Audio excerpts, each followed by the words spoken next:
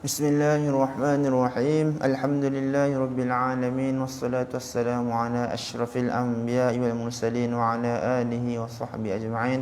Rabbi shrah li sadri wa yassir li amri wahlul 'uqdatam min lisani yafqahu qawli. Allahumma rzuqna fahman nabiyyin wa hifdzal mursalin bi rahmatika ya arhamar rahimin walhamdulillahirabbil alamin. Assalamualaikum warahmatullahi wabarakatuh.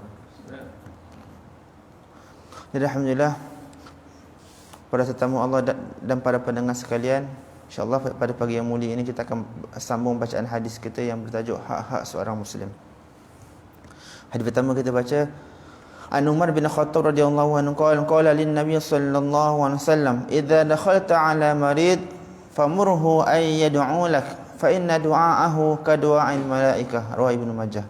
Sayyidina Umar bin Khattab radhiyallahu anhu meriwayatkan bahawa Nabi SAW bersabda kepadanya, jika kamu pergi menziarahi orang sakit, maka suruhlah dia mendoakan untukmu, kerana doanya diterima seperti doa para malaikat.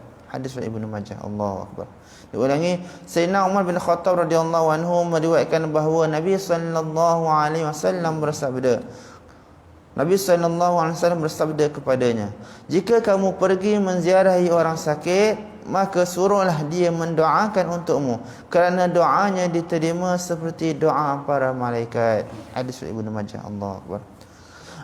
An Abdullah bin Umar radhiyallahu anhuma annahu qala kunna julusan ma'a Rasulillah sallallahu alaihi wasallam idh ja'ahu rajulun minal ansar fasallama alaihi thumma adbara al-ansari فقال رسول الله صلى الله عليه وسلم يا أخ الأنصار كيف أخي سعد بن عبادة فقال صالح فقال رسول الله صلى الله عليه وسلم من يعوده منكم فقام وقمنا معه ونحن بدعة عشر ما علينا نعال ولا خفاف ولا قلانس ولا كمس نمشي في تلك السباخ حتى جئناه فاستأخر قومه من حوله حتى دنا رسول الله صلى الله عليه وسلم وأصحابه الذي معه. رواه Muslim.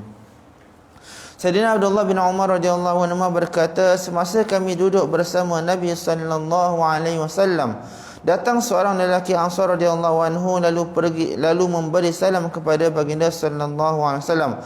Kemudian sahabat Ansar itu berpaling untuk pulang. Maka Rasulullah sallallahu alaihi wasallam bersabda, wahai saudara Ansar, bagaimana keadaan saudaraku Sa'ad bin Ubadah? Sahabat itu menjawab, baik. Maka Rasulullah sallallahu alaihi wasallam bersabda kepada para sahabat yang ada di sisi baginda sallallahu alaihi wasallam, siapakah antara kamu yang akan menziarahinya? Lalu baginda sallallahu alaihi wasallam pun bangun dan kami pun bangun bersama baginda sallallahu alaihi wasallam.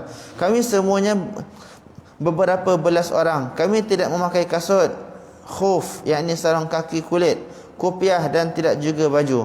Kami berjalan di atas tanah yang berbatu itu sehingga kami sampai ke sisi Sayyidina Sa'ad radhiyallahu anhu. Lalu orang-orang daripada kaumnya yang sedang duduk di sisinya berundur ke belakang dan Rasulullah sallallahu alaihi wasallam serta para sahabat yang bersama baginda sallallahu alaihi wasallam datang menghampirinya. Hadis riwayat Muslim.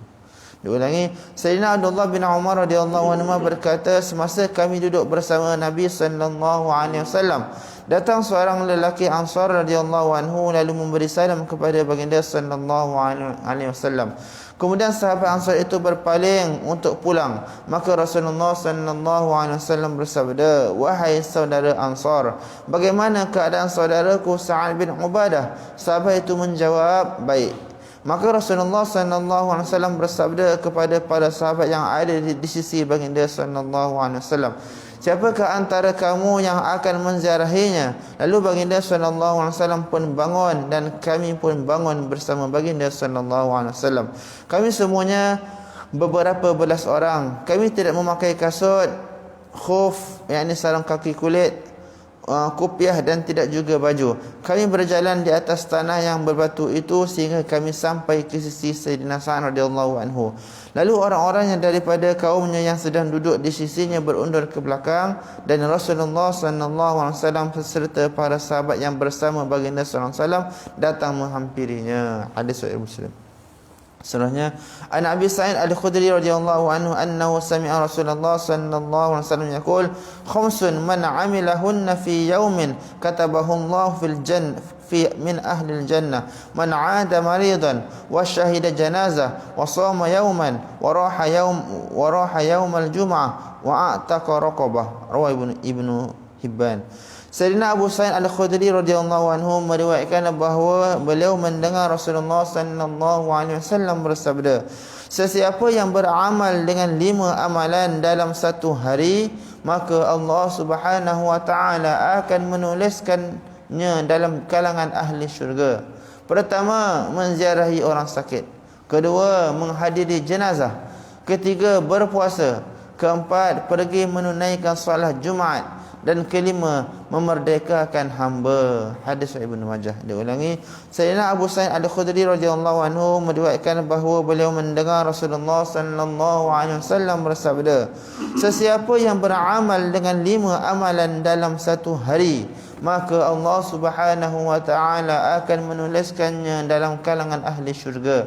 Pertama, menziarahi orang sakit. Kedua, menghadiri jenazah. Ketiga, berpuasa.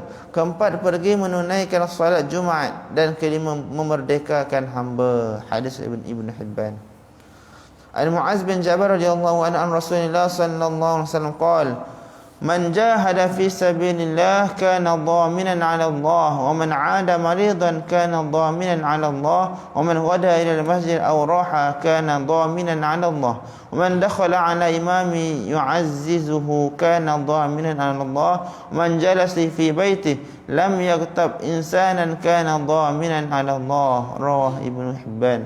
Sayyidina Mu'adz bin Jabal radhiyallahu anhu meriwayatkan bahawa Rasulullah sallallahu alaihi wasallam bersabda, sesiapa yang berjihad di jalan Allah Subhanahu wa taala, maka dia berada dalam jaminan Allah Subhanahu wa taala. Sesiapa yang menziarahi orang sakit, maka dia berada dalam jaminan Allah Subhanahu wa taala. Dan sesiapa yang pergi ke masjid pada waktu pagi atau petang, maka dia berada dalam jaminan Allah Subhanahu wa taala.